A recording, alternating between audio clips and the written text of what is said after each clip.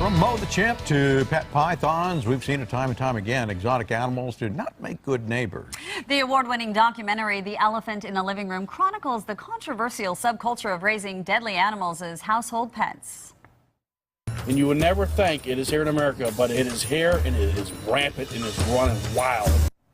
The Elephant in the Living Room premieres tonight in Hollywood. Animal rescue expert Tim Harrison is the subject of the film, and he joins us live in studio. Thank you so much for joining us. Thanks for having me. So, overall, what is this film about? It's basically about the world of people having dangerous exotic animals, not guppies and geckos, but dangerous exotics like tigers, lions, and bears, in their homes with deadly venomous snakes. And you can just get these things at auctions, as we show you on there, all classified ads, or just off the internet. It's that easy to get. And how did you get involved in this? You actually go and rescue a lot of these animals. Yes, I do a lot of interventions with people, too. I rescue people and animals. But the thing is how I got involved with it. I worked for a zoo vet years ago back in the state of Ohio, back in the 70s. And, you know, back then it was like 4 or 5 a year we might get a python somebody got, you know, something like that they saw off TV.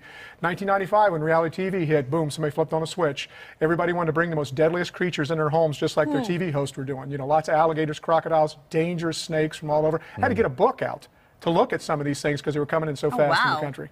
You know, you're a police officer, martial arts expert, rescue. Do you remember your first animal rescue? Yes, I do. The very first animal I rescued was a black bear chained to the back of somebody's house. And it was kind of a country atmosphere. And the guy chained to the back of his house. I went with the veterinarian. I was 16 years old, and I just had tears running down my face. The chain actually embedded into the animal's neck. The people loved the bear, but it got so big and dangerous they couldn't even get near it anymore. And how do you adapt, or how did you? You probably covered them all now, but in those days when you were encountering new animals, how did you adapt to how to handle those? That's a school of hard knocks. I actually went with a lot of people that, you know, were zoologists and people like that. I went and I trained with them a little bit here and there for different zoos, but I learned nobody came out. There was always the police and the firemen that always show up, just like with San Francisco when you had a tiger got loose at their zoo. Who do they call? The police department to come in. They had to take care of the tiger. And that's what we find out, is that only the cops show up and the firemen show up. So I got to that point that I needed to get these guys, you know, trained up too, what's going on and what's happening out there. But I also had to get myself going. So I went out and I learned as much as I could from many groups of people I could. Why is this so important? Because, as you mentioned, your first rescue, you had tears in your eyes. Yes. Why is it so important that people experience this, that they see a film like this and understand what's going on? That's a great question, because a great statement. The thing is that you see this film, it takes no sides. Mike Weber put this film together, beautifully designed.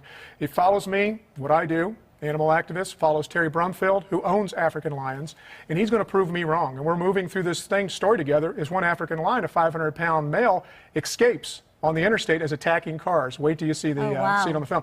And he comes around and we kind of come head on to each other. Boom. About midway through the film, and like he makes, statement he makes, you come on my property, it's going to be like Waco, Texas. And that's how these people feel about their animals. They do love these animals, but they're loving them to death. Do you notice that there is a personality type? Do they all seem to have something in common that makes them want these animals? Not always. Some people are hoarders. Some people are people that get these animals strictly because it's a monkey see, monkey do. You know, they saw the crocodile hunter get them, and all of a sudden they got to have an alligator. And there's people out there that just get these animals for an ego boost, that they bring them into their homes and they say, hey, they lived through my animal. Well, Terry doesn't do that. He's an emotional person. He loved his lions, but he was known as the Lion Man. And if you look at him as the film goes on, he actually turns into a lion. He's got the beard, the long hair. He looks like the Cowardly Lion off the Wizard of Oz.